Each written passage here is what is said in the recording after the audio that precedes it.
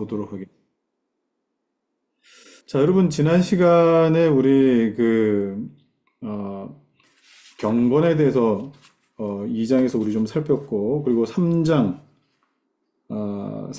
들어가면은 종교의 씨앗이죠.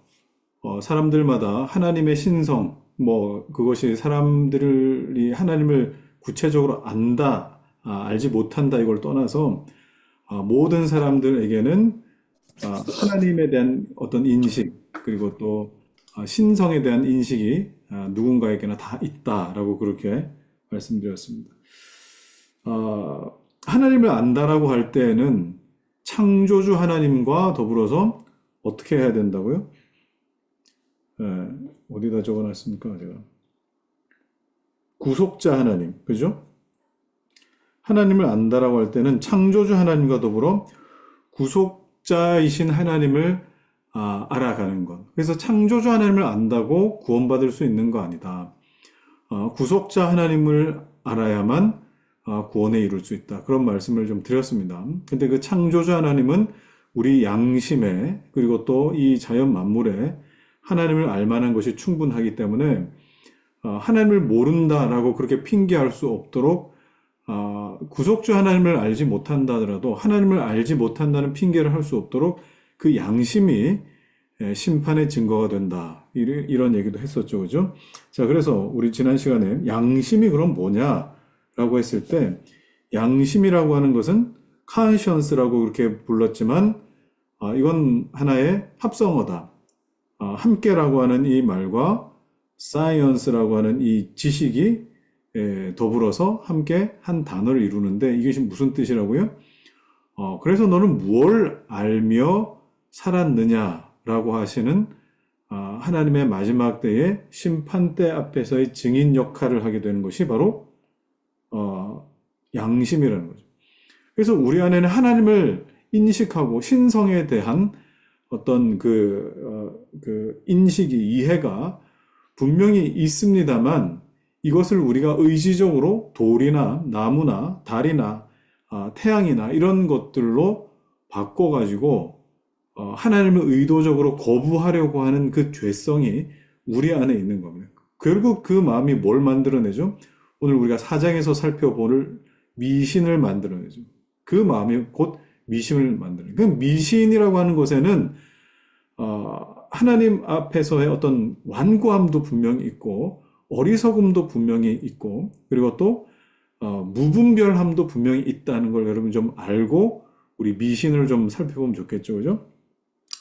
자, 그러면 우리 3장을 한번 보십시다. 3장.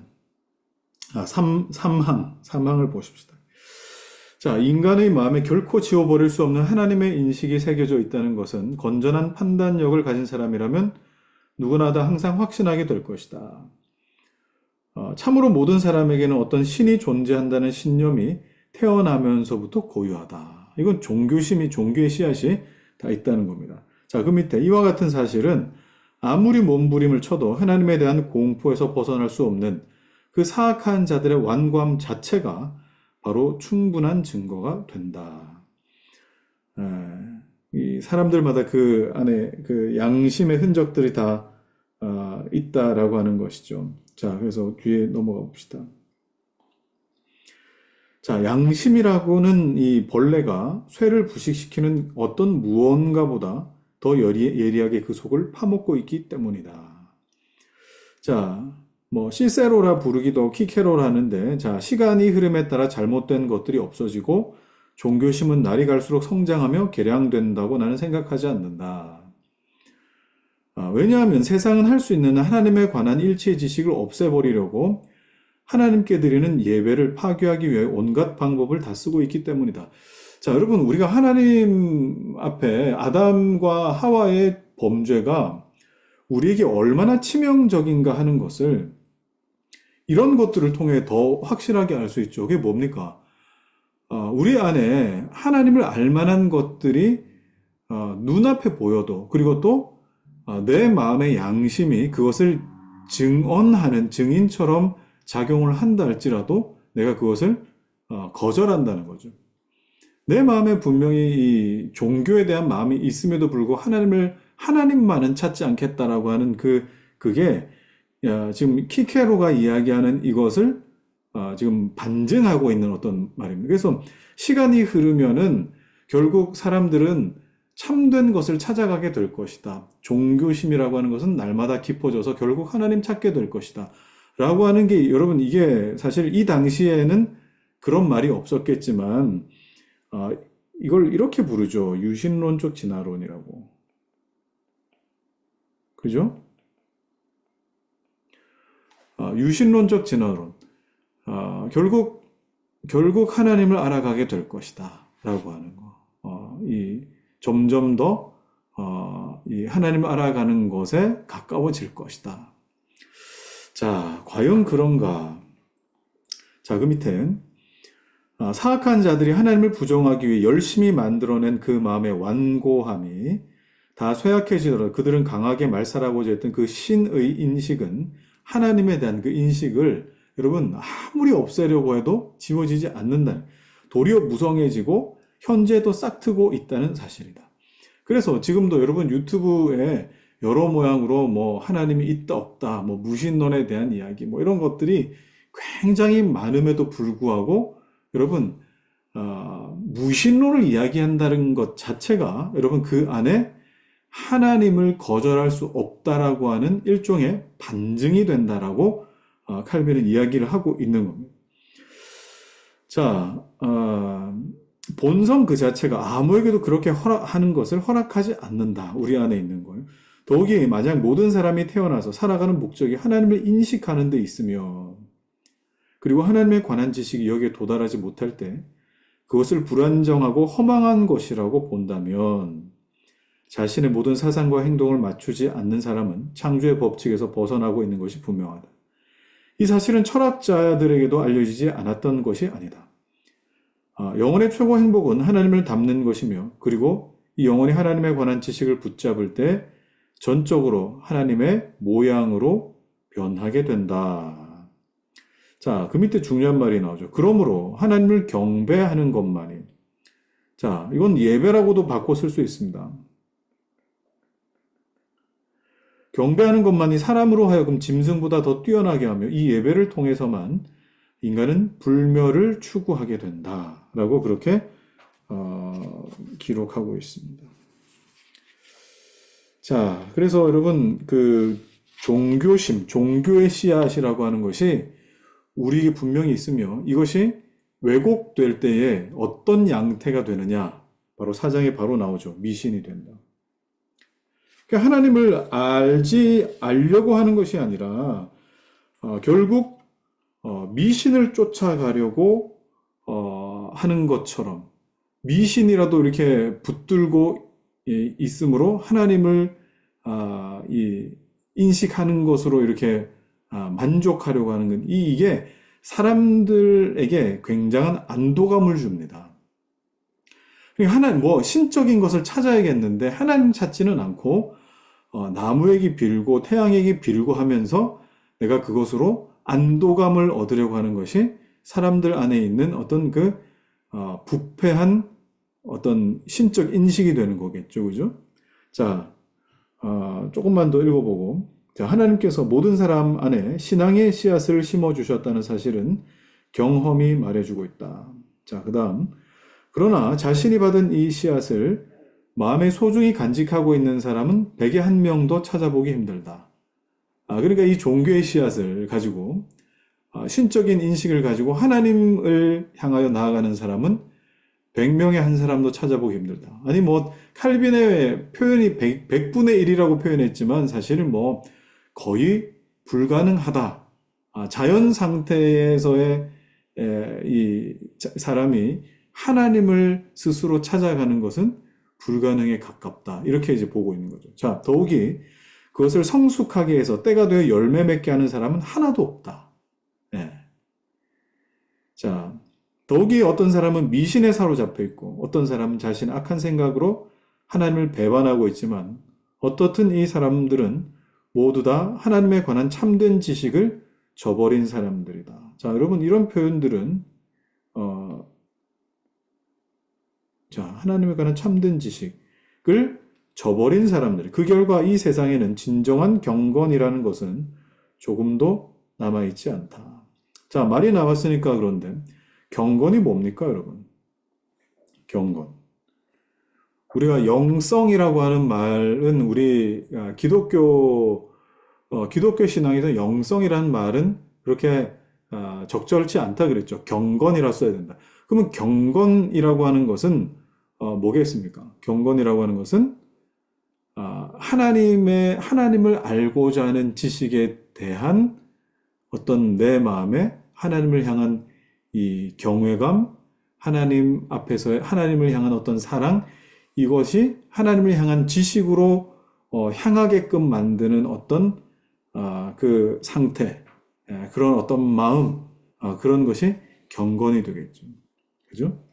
진정한 경건이라는 것이 조금도 남아있지 않다. 그러면 하나님을 향한 어떤 알고자 하는 그 지식에 대해 내 마음에 어떤 하나님을 두려워한다라거나 하나님을 사랑한다라고는 어떤 그런 것이 남아있지 않다는 뜻입니다.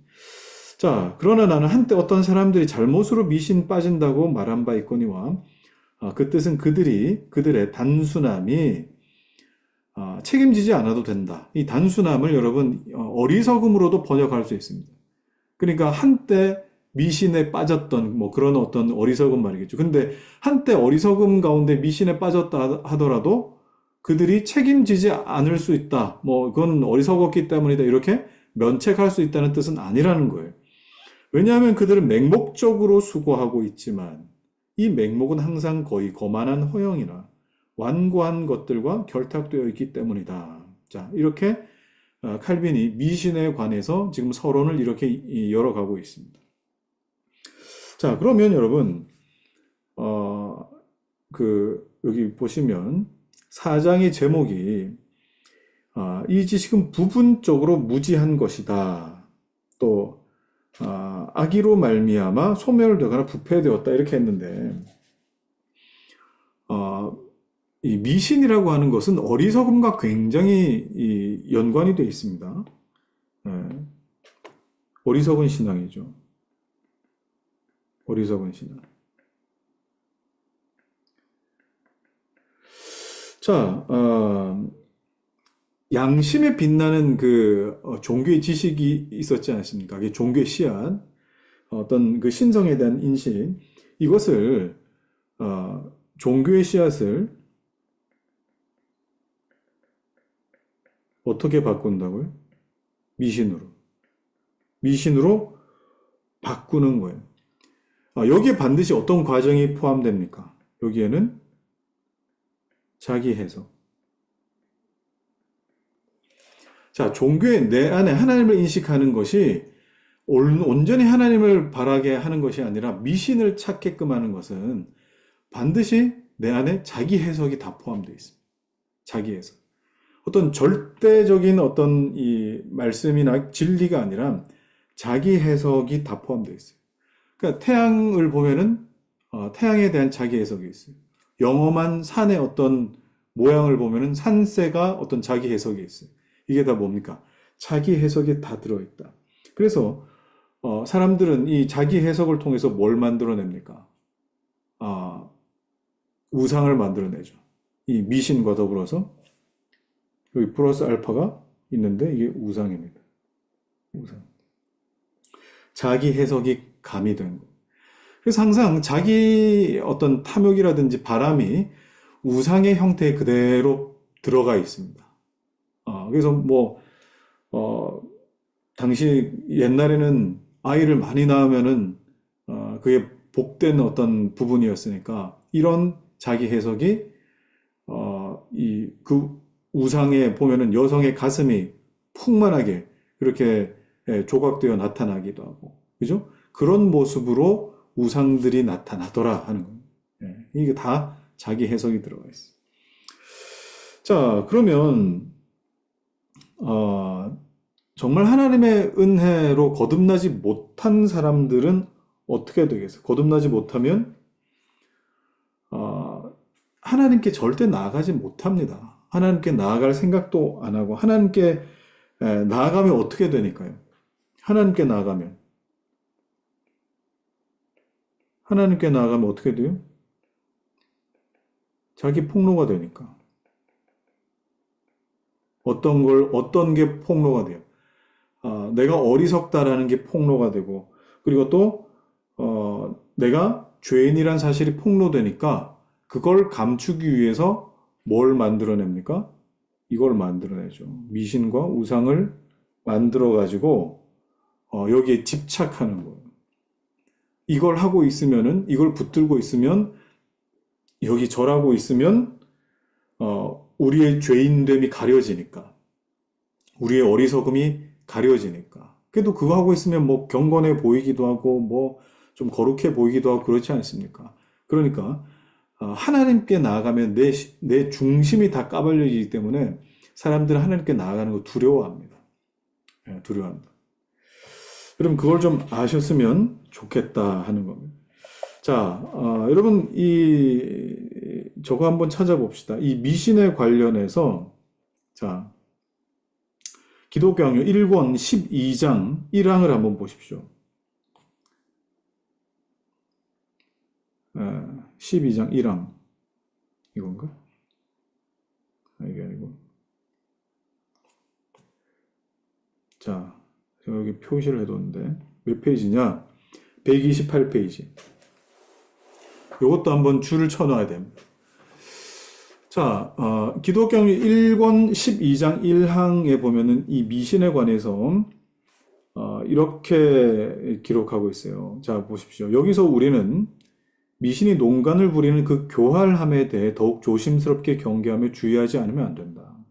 실로 외관상으로는 미신은 지구하신 하나님을 버릴 만큼 다른 신들에게 기울어지거나 또는 하나님을 다른 신들과 동등한 수준으로 격하시키는 것 같지는 않다. 그러나 미신은 하나님에게 최고의 지위를 허용하면서도 수많은 저급한 신들로 둘러싸고는 이 저급신들 가운데서 하나님의 기능을 행사하게 한다. 이렇게 은밀하게 또는 교활한 방법으로 해서 전적으로 한 분에게만 있어야 할 하나님의 영광은 여럿으로 조각이 나버리게 되었다. 자, 그러면 여러분, 미신이라게 하는 게 뭡니까? 하나님에게 최고의 지위를 허용한대요. 그게 무슨 말입니까? 절대 하나님에 대한 인식, 그리고 신성에 대한 인식은 내 마음에 있어요. 그런데 이거를 갖다가 미신에게 그것을 의미를 부여한다라고 하는 것은 하나님의 영광을, 미신들을 하나님의 영광으로 끌어올리는 것이 아니라 하나님의 영광을 그 밑으로 다 끄집어 내려버리는 것과 똑같아요. 미신이 이런 굉장히 위험한 일들이라는 것을 우리 좀 알 수 있습니다. 자, 다시 본문으로 옵시다. 본문으로. 자, 그래서 여기 오늘 우리가 68페이지 보시면, 그 두 번째 단락 한번 볼까요? 두 번째 단락에. 실로 교만과 결탁되어 있는 허영은, 자, 위에도 보시면, 이런 말이 있죠. 미신을 맹목적으로 수용하고 수고하고 있지만 이 맹목은 항상 허영과 완고한 것들이라 그랬는데 여기는 바꿔서 완고한 것들을 교만과 허영이라고 그렇게 바꿔서 말하고 있습니다. 맹목적이라는 거예요. 자, 맹목적이다라고 한다면 여러분, 내 마음이 닫혀 있다는 의미가 아니겠죠. 맹목적이라 하면 뭐겠습니까? 내 마음이 무분별하게 다 열려버려 있다는 뜻입니다. 열려버렸다. 자, 그러면 여러분, 설명을 해봅시다. 맹목적이다. 자, 그러면 미신이라고 하는 것은 어리석음과 외식으로 특징 지을 수 있습니다. 어리석음과 외식. 자, 어리석다라고 한 것은 여러분 이건 분별 없음입니다. 자, 외식은 이게 뭡니까? 과도한 행동이 되겠죠. 자, 그러면 여러분, 미신은 어떻게 보면 어리석음과 같은 선상에서 이해해야 됩니다. 같은 선상에서.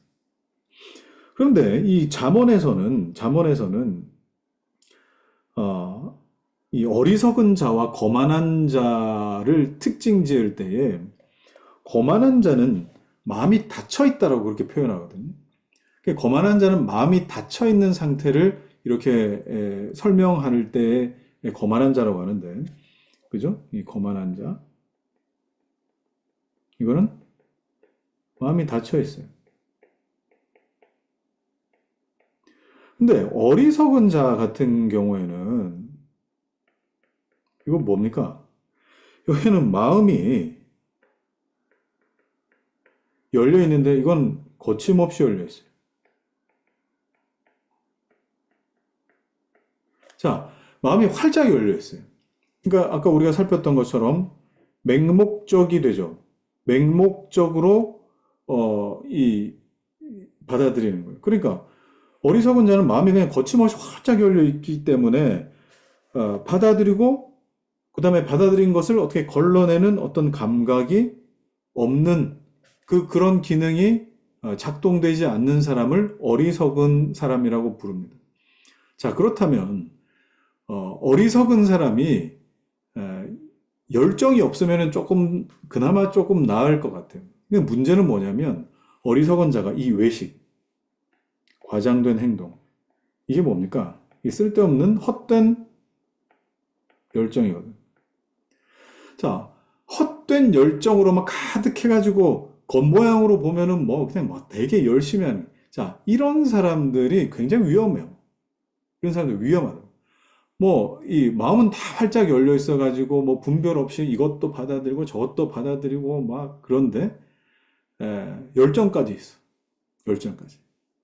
이런 사람들은 대부분 미신적인 요소, 미신적인 것들을 받아들일 가능성이 굉장히 높습니다. 그리고 이단들이 공격하는 대상이 이런 사람들입니다. 이단들은 이런 사람들 굉장히 좋아합니다. 마음이 활짝 열려 있어요. 그런데 열심이야. 교회에서도 열심이고 또 신앙생활 하는데 반응도 좋아. 이런 사람들 굉장히 좋아요. 그럼 주의하셔야 됩니다. 신앙생활을 미신적으로 해서는 안 되겠죠. 그러니까 이 내 안에 어리석음이 있다라고 한다면은 그걸 그냥 두지 말고 내 안에 받아들일 수 있는, 걸러낼 수 있는, 필터링할 수 있는 기능들이 내 안에 잘 정리가 되겠다. 이런 것들을 내가 스스로 좀 점검해 보면 좋겠습니다. 자, 계속 봅시다. 실로 교만과 결탁되어 있는 허영은 비참한 인간이 마땅히 자기 수준 이상에서 하나님을 찾아야 함에도 불구하고 오히려 자신의 육적인 어리석음을 표준으로 삼아, 아까 제가 뭐라고 그랬어요? 미신은 자기 해석이 포함된다 그랬죠. 자기 해석이. 육적인 자기 어리석음을 기준으로 해석을 하는 거예요. 의미 부여하는 거예요. 하나님을 판단하고 건전한 탐구를 게을리하며. 보세요. 이런 사람들은 하나님을 알려고 하지 않아요. 하나님을 아는 게 골치 아프다 생각해요. 자, 호기심에 따라, 호기심도 많아요. 공허한 사색의 길을 달리고 있는 사실에서 찾게 된다. 물론 하나님을 알고자 하는 정직한 어떤 그 질문은 정직한 답을 얻습니다. 그런데 호기심에 의한 그 질문들, 이건 굉장히 위험할 수 있어요. 자, 그러므로 그들은 하나님께서 자신을 보여주신 그대로 하나님을 이해하지 않고 오히려 그들 자신 억측에 따라 하나님을 상상하는 것이다. 자, 그러니 자꾸 갖가지 온갖 미신들과 종교들이 만들어지죠. 이와 같은 심연의 문이 열려있기 때문에 활짝 열려있다 그랬죠. 어리석은 사람. 그들이 어떤 방향으로 발을 내딛든지 간에 그들은 필경 파멸을 향해 달리지 않을 수 없게 된다. 그 후에는 아무리 하나님께 예배를 드리며 봉사한다 해도 그것은 하나님 보시기에 아무런 가치도 없는 것이다. 그것은 그들의 예배가 하나님께 드리는 것이 아니라 결국 뭐라고요? 자기들 마음에서 만들어낸 허구와 망상에 드리는 것이기 때문에. 그러니까 우리 부모 세대 같은 경우에는,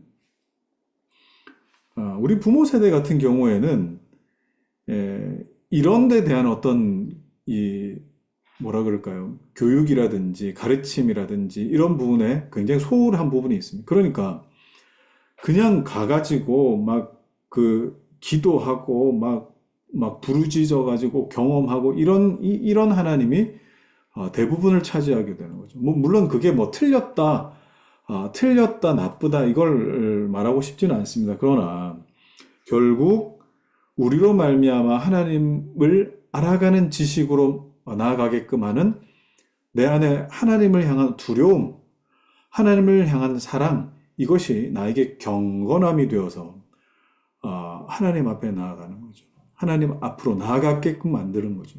이게 돼야 되는데, 이게 없으니까 자꾸 하나님을 알아가는데 미신을 자꾸 섞는 거예요.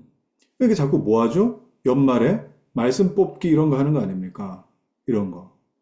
여러분, 이거는 한국 교회에서 정말 없어져야 될 미신적인 부분인데, 이게 꼭, 올해 나에게 주신 말씀이라고 뽑아가지고, 이거 뭐 인스타에 인증하고, 이러고 앉아 있는데, 참 제가 보면 참 답답합니다. 답답해. 예? 답답하다.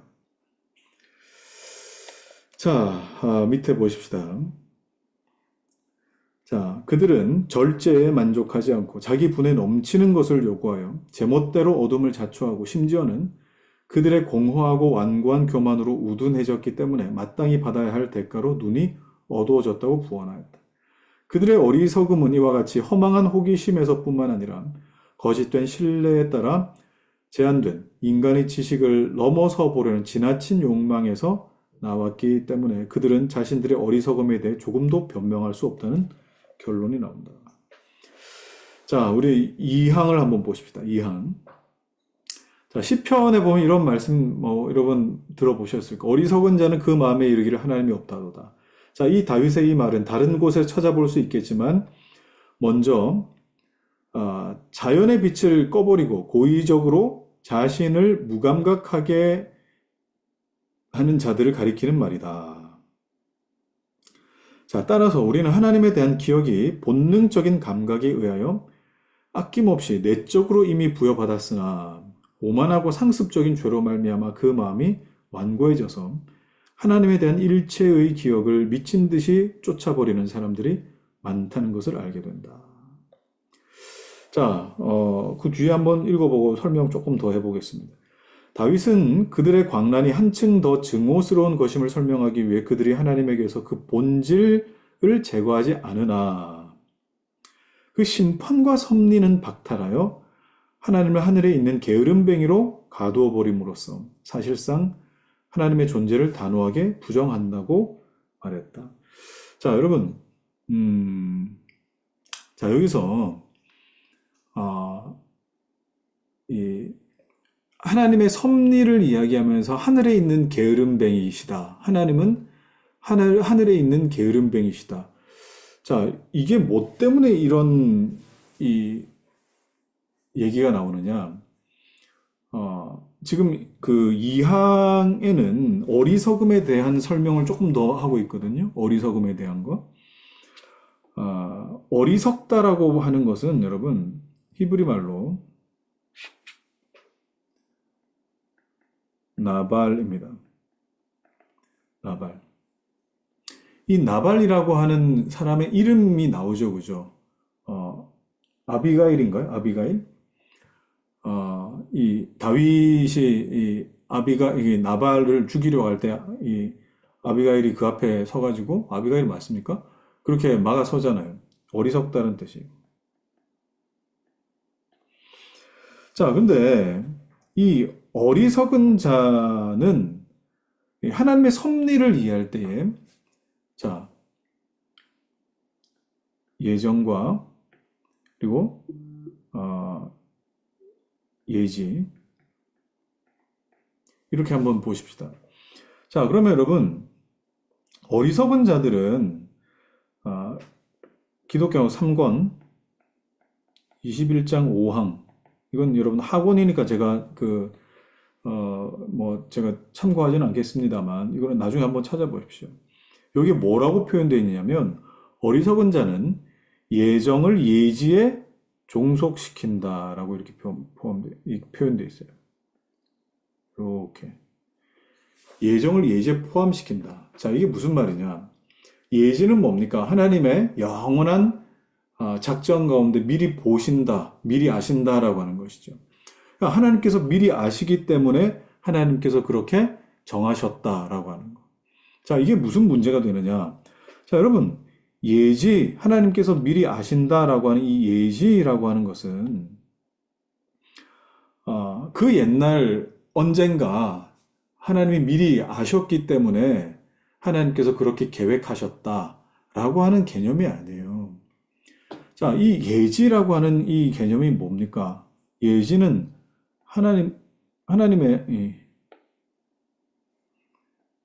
하나님의 영역에서는 늘 지금이에요. 현재라고, 현재. 예지라고. 그러니까 하나님이 안다, 하나님께서 아신다라고 하는 것은 늘 지금 아신다라고 하는 뜻입니다. 자, 이거를 갖다가 우리는 항상 뭘 생각하죠? 그죠? now나 뭐 present나 아니면 이 과거, 현재, 미래 이렇게 우리가 생각을 합니다. 그런데 제가 늘 말씀드리듯이 현재를 우리가 경험해 본 적이 있습니까? 지금이라고 하는 거. 지금이라고 하는 걸 우리가 경험해 본 적이 없어요. 지금도 여러분, 제가 말씀한 지금도, 현재도 이미 과거가 되고 미래가 바로 과거가 되는 이 짧은 이 순간순간을 우린 지나가고 있기 때문에 우리는 지금이라고 하는 이 말을 쓰지만 미래에 가까운 지금이냐 아니면 과거에 가까운 지금이냐의 차이인 것이지 우리는 지금을 경험해 본 적이 없습니다. 왜냐하면 시간이라고 하는 것이 존재하기 때문에. 그런데 하나님의 영역은 영원이라고 하는 이 영역 안에서는 하나님이 아신다, 하나님이 보신다라고 할 때는 하나님은 언제나 지금이시다. 우리에게는 늘 과거와 미래밖에 없지만은 하나님 앞에서는 늘 지금이시다. 이게 어떤 개념입니까? 이게 바로 영원이라고 하는 개념이에요. 영원은 한없는 과거와 한없는 미래에 대한 개념이 아니라 하나님 앞에서의 지금이시다라고 하는. 자, 그러면 하나님께서 만세 전에 우리를 택하시고 우리를 아셨다, 우리 이름을 아셨다라고 한다면 여러분, 그건 창조가 몇천 년 전에 일어났다. 아니면 진화론자들이 말하는 몇백만 년 전에 일어났다. 이런 개념이 아니라니까요. 이런 개념이 아니에요. 하나님의 영원 안에서 늘 지금으로 보신. 그러면 여러분의 지금 이름들을 그 언젠가 아셨다가 아니라 하나님은 지금 아시는 하나님. 지금 아신다. 그래서 여러분 예정이 예지에 포함되어 있어가지고 하나님이 그 옛날에 아셨기 때문에 하나님이 그 옛날부터 세팅을 해놓으셨다라는 개념이 아니라 예정과 예지 모두 다 어떻게 되는 거예요? 하나님께 속해 있는 거죠. 그냥 하나님께 속해 있는 거예요. 하나님에게 속해서 하나님은 이 예정과 예지를 누구를 통해서 보십니까? 예수 그리스도를 통해서 하나님이 미리 아신 바 되고 그리스도 안에서 미리 아신 바 되고 그리스도 안에서 미리 정하신 바 되고 그런 어떤 이 영역인 것이지 우리가 생각하는 그런 어떤 이 시간 속에서의 예지, 예정 이런 것이 아니라 이 말입니다. 자, 그래서 이 과정이 틀어지면 사람은 언제나 무엇에 집중하게 되어 있습니까? 사람은 언제나 물질에 집중하게 되어 있죠. 왜 그렇습니까? 물질이 존재하는 방식이 시간이기 때문에 그래요. 물질이 존재하는 방식이 시간이기 때문에.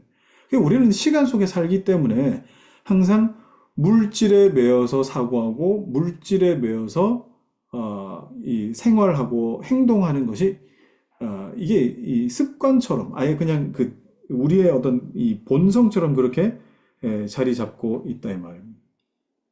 자, 그래서 우리가 읽어본 것처럼 보십시오. 자, 밑에 줄 봅시다. 다윗은 그들의 광란이 한층 더 증오스러운 것임을 설명하기 위해 그들이 하나님에게서 그 본질을 제거하지 그러니까 하나님의 신성을 제거하진 않지만 그 심판과 섭리를 박탈했다. 그건 뭡니까? 먼 미래에 일어날 어떤 일. 그래서 하나님은 우리에게서 멀리 떠나 계셔서 게으름뱅이처럼 계신다. 라고 하는 인식이 눈 가리고 아웅하는 것이 미신을 붙들고 내 눈앞에 미신 붙들고 안심하는 사람들에게 다 있다 이 말이에요. 그죠? 그런데 하나님은 뭐라고요? 하나님은 먼 미래에 지금으로 계신 항상 이 지금이십니다. 지금. 항상 지금. 그걸 지금 칼빈이 말하고 싶어 하는 거예요. 자, 그 밑에 줄 친 거 봅시다. 자, 따라서 하나님의 심판에 대한 두려움을 말살시키고 무분별한 욕망에 빠지는 자는 하나님의 존재를 부정하는 자이다. 하나님을 멀리 저기 미래 어딘가에 계신 분으로 생각하는. 자, 그리고 사악한 자들이 눈을 감은 후 보아도 보지 못하도록 마음을 완악하게 한 것은 하나님의 의로우신 심판인 것이다. 네. 자, 그 밑에. 자, 그러나 어떠한 공포로도 하나님을 맹렬히 대항하는 것을 막을 수 없기 때문에 그들이 그러한 맹목적인 충동에 사로잡혀 있는 한 그들은 무감각으로 인해서 하나님을 잊어버리고 이 망각은 계속 그들을 지배하게 될 것이다. 하나님을 의도적으로 외면하고자 하는 이런 어떤 마음, 이런 것들이 결국 무엇에 더 집착하게 만드느냐? 우상. 그래서 삼항이 뭐냐? 우상 또는 인간의 고안물입니다. 하나님을 만들어내는 거죠. 눈에 보이는 뭔가를 만들어내면 사람은 안심하거든요. 안심한다고요. 이게 이스라엘 백성들로 그거 해가지고 하나님께 아주 호되게 힘들었지 않습니까? 자, 한번 읽어봅시다. 자, 이렇게 해서 많은 사람들이 자기들의 미신에 대해서 버릇처럼 변명한 그 공허한 변론이 전복된다. 왜냐하면 그들은 종교에 대한 열심만 있으면 그것이 아무리 터무니없는 것이라도 충분하다고 생각하기 때문이다. 그러나 그들은 참된 종교는 마땅히 우주 법칙에 관한 하나님의 뜻에 따라야 한다는 것, 하나님은 언제나 동일하시다는 것, 그리고 하나님은 어떤 사람의 망상에 따라 변질되는 그런 망령 또는 환상이 아니라는 사실을 깨닫지 못하고 있다. 자, 사람들은 요것만 만족하고 싶어 합니다. 종교에 대한 열심. 요것만 있으면 뭐 어떻게 해도 복 받는다라고 하는 그런 어떤 막연한 기대감이 있어요. 막연한 기대감이 있다. 그런데 칼빈은 뭐라고 지적하죠? 하나님을 제대로 알지 못한다라고 한다면 그거는 그냥 망상이다. 망상이 환상이다. 그죠? 이런 표현을 썼습니다. 자, 그 밑에 미신은 하나님께서 관심조차 없다고 입증하신 것만을 붙들고 하나님이 명령하신 것, 그가 기뻐하신 것들은 멸시 또는 공공연히 거절하기 때문이에요. 이와 같이 자신의 거짓된 의식으로 하나님께 예배드리는 자들은 모두 자기 자신의 망상을 예배하며 찬양한다. 자, 여기도 아까 우리 앞에서 봤던 것처럼 자기 해석과 욕망이 거기에 포함된다 그랬죠, 그죠? 자, 그러면 여러분 여기에 칼빈이 하나님께 예배드리는 자들이라고 표현했다면 기독교 신앙 안에도 이러한 것으로 하나님을 예배하는 자들이 적지 않다라는 것을 여러분 좀 아셔야 되겠죠. 예. 아셔야 됩니다. 그러니까 어떤 이 종교에 대한 열심만을 가지고 뭐 찬양을 몇 번 거듭해가지고 계속 부르면은 하나님의 임재를 느낄 수 있다라고 그렇게 한다든지 아니면 같은 어떤 구절들을 계속 반복해서 뭐 되뇌이면은 뭐 어떤 뭐 희뿌연 뭔가를 경험하게 된다든지 요런 거 있죠, 그죠? 그리고 뭐 주기도문을 몇 번을 뭐 몇천 번을 뭐 암송하게 되면 자, 이게 다 뭐예요, 이게 다? 아, 이게 다 교회 안에 들어온 미신들 아닙니까? 교회 안에 들어온 미신들. 예. 뭐 지금 생각해 보면 뭐 되게 많은데. 예. 자, 사도 바울은 하나님에 대하여 애매모호하고 거짓된 견해를 가진다는 것은 곧 하나님에 대한 무지를 의미한다고 보았다. 그건 몰라서 그런 짓을 한다는 거예요. 근데 모르면 알고자 해야 되는데 어리석은 사람은 그냥 활짝 열려 있어가지고 이게 뭐 뭔지 뭐 이게 예? 그죠? 막 다 들어온다. 자, 그는 다음과 같이 말했습니다. 갈라디아 4장 8절. 그때 너희는 하나님을 알지 못해 본질상 하나님이 아닌 자들의 종로로 됐다 그랬어요. 자, 그 밑에 유일하시며 참되신 하나님을 올바르게 아는 일에 있어서 그들은 외인이었다고 하였다. 적어도 이러한 상황 속에서는 유일신을 생각하든 다신을 생각하든 그리 큰 문제가 되지 않는다. 왜요? 이미 다 활짝 열려 있으니까 무분별하게. 왜냐하면 우리는 이 두 경우에 있어서 다 같이 참되신 하나님을 떠나고 하나님을 저버렸으며 또한 그를 버림으로써 저주받을 우상 외에는 우리에게 아무것도 남아있지 않기 때문이다. 네. 자, 그리고 위선입니다. 위선. 자, 아까 제가 여기 외식이라고 썼죠, 그죠? 외식. 미신에는 어리석음과 외식, 위선, 과장된 행동. 자, 위선입니다. 자, 이게 두 번째 죄라 그랬어요. 자, 하나님을 생각하지 않고 반항하며 끌려가기 전에는 절대로 하나님께 가까이 가지 않는다는 것. 이게 위선적인 어떤 모습의 특징입니다. 자, 그리고 이러한 때에도 그들은 하나님의 위엄을 경외하는 데서 생기는 자발적 두려움에 감동받지 않고, 자, 경외라는 말이 나오죠. 자, 그리고 오히려 하나님의 심판으로 말미암아 강요당하는 노예적 공포에 사로잡힌다. 이 심판을 피할 수 없기 때문에 그들은 혐오하면서도 두려워하는 것이다. 혐오하면서도 두려워한다. 공포는 이 세상에서 제일 먼저 신들을 만들어냈다고 스타티우스라고 하는 사람이 이렇게 말을 했습니다. 이런 종류의 무신앙에 대하여 그리고 이에 대해서만 잘 들어맞는 말인 것 같다. 자, 여러분 이 위선에 대해서는 이렇게 생각하시면 됩니다. 그러니까 하나님 말씀이 부담스러운 거예요. 하나님의 말씀이 부담스러워서 두려워서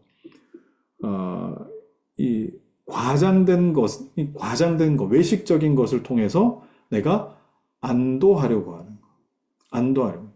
뭐 팔에 뭐라도 좀 두르고 있어야 되겠고, 목에 뭐 목걸이라도 좀 하고 있어야겠고, 그죠? 뭐 십자가, 그죠? 이런 거 좀 달고 있어야겠고, 이런 것들을 통해서 뭐 하려고 한다고요? 하나님 앞에서 안도하려고 한다. 그래서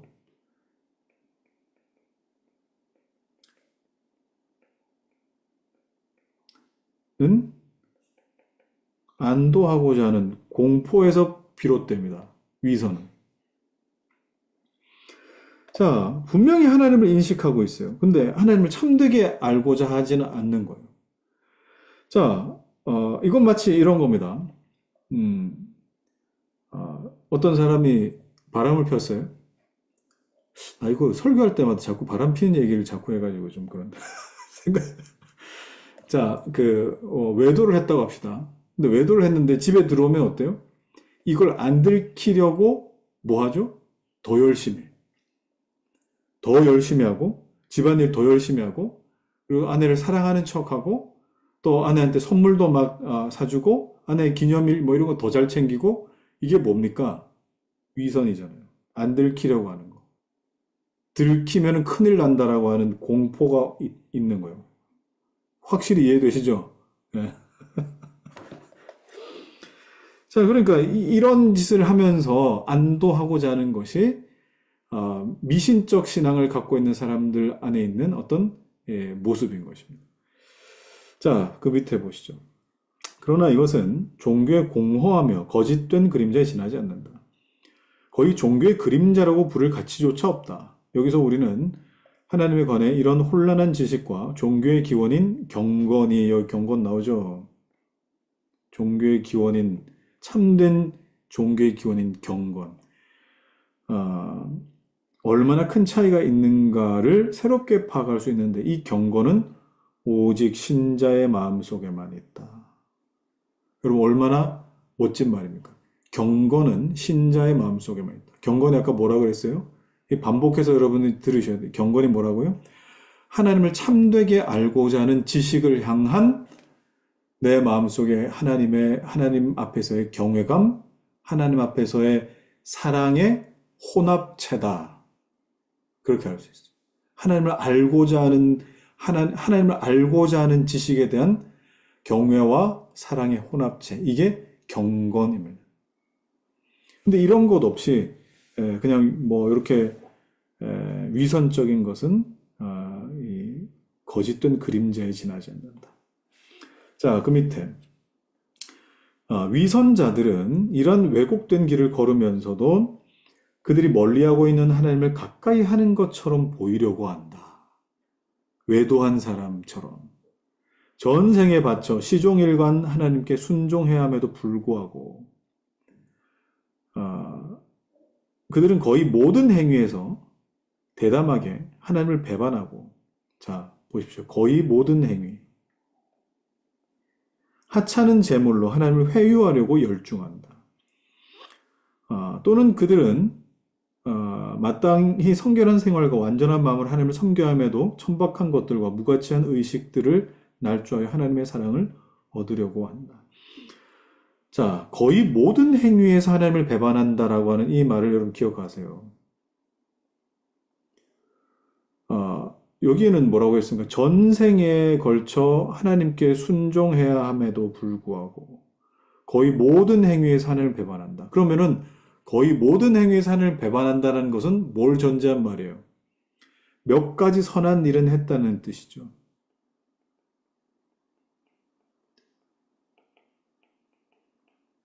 또는 종교 행위. 몇 가지 선한 일이나 종교 행위를 통해서 하나님의 은혜를 누리려고 하는 것. 하나님 앞에 나아가려고 하는 것. 자, 요런 위선적인 어떤 모습을 가지고 가는 겁니다. 자, 그 밑에 신성에 대한 어떤 관념은 그대로 남아 있다. 그러나 이 씨앗은 부패했기 때문에 가장 나쁜 열매를 맺게 된다. 하나님에 대한 그 인식이 이게 건강해지지 못해서 오히려 더 나쁘게 되더라. 그들은 평안할 때 익살스럽게 하나님 희롱하며 허튼 소리로 수다를 떨면서 하나님의 능력을 격하시킨다. 그러나 일단 절망이 그들에게 엄습해오면 그들은 자극을 받아 하나님을 찾게 되며 형식적이나마 하나님께 기도를 드리게 된다. 왜 그래요? 이게 하나님에 대한 인식이 다 있으니까 막 극도의 공포가 찾아오면은 막 하나님 찾는다는 거예요. 이것으로 미뤄보아 그들이 하나님께 대해 전혀 무지한 것이 아니며 벌써부터 나타났어야 할 것이 완고함으로 말미암아 억제되어 있었다는 것이 명백해진다. 네. 자, 여러분, 그래서 오늘 그 정리를 좀 하자면 미신이라고 하는 것은 어리석음과 외식으로 특징 지을 수 있더라. 그런데 어리석음은 뭐라 그랬습니까? 어리석음은 다 활짝 열려 있어서 어떤 뭐 진리로 말미암아 내 안에 걸러지는 것들이 아니라 그냥 내 욕심의 반영, 내 해석 이런 것들이 분별 없이 나타나는 것. 이런 것들이 어리석음이었다고 했어요. 그리고 또 외식은 뭡니까? 외식은 어떤 그 위선적인 것들을 만들어 가지고 그것으로 말미암아 내가 안도하려고. 뭐 내가 특별 새벽 기도했는데 1년 내내 뭐 신앙생활 잘 안 하다가 그 기간에만 열심히 해가지고 내가 안도하는 거. 자, 요런 짓들을 하면 안 되는 거. 요런 짓들. 이게 뭐라고요? 이게 외식이고 이 미신적인 신앙의 하나의 기둥이 되더라 하는 거. 자, 그러면 오늘 우리 4장까지 우리 마무리하겠습니다. 4장까지 마무리하고 이제 5장으로 이제 들어갈 텐데 5장은 여러분 분량이 조금 있습니다. 분량이 조금 있어서 이거는 뭐 한 번에 다 끝내지는 못할 것 같고 좀 나눠서 우리 봐야 되겠죠, 그죠? 나눠서 봐야 될 텐데 요거를 좀 읽고 여러분 읽고 줄치고 질문할 거 있으면 질문하시고 그렇게 하셨으면 좋겠습니다. 자, 일단 우리 기도하고 우리 질문 받도록 하겠습니다. 하나님 아버지 감사합니다. 하나님을 알아가는 것에 우리의 마음이 건강치 못하면 결국 우리의 마음은 다른 곳을 향하여 내가 원하는 하나님을 만들고 또 내가 원하는 그 신앙 그림을 만들어서 거기에서 만족하고 또 만족시켜줄 누군가를 찾는다는 것을 알았습니다. 하나님 이 어리석음과 위선적인 이 자리 하나님 나에게서 발견할 수 있도록 도우시고 그것을 발견할 때마다 하나님을 향한 경건함으로 바뀌는 은혜를 허락하여 주옵소서. 예수 그리스도 이름으로 기도하옵나이다. 아멘. 자, 우리